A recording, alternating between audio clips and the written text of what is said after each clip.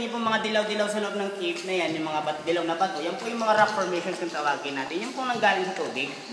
Nanggaling sa tubig na nagiging bato. And of course po, yung nakikita niyo po nakabitin from the ceiling at falling down ng floor, yun po yung stalactite. At yung nakikita niyo na po from the ground floor, growing up ang form, yun po yung stalagmite.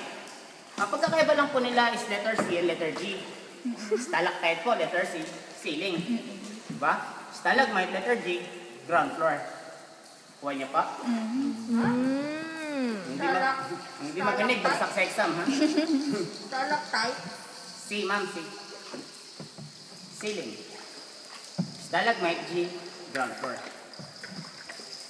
Above your head, sir, this part po ng cave natin, napakaganda pong corner na po sa taas po. Ihi ba yan o tubig?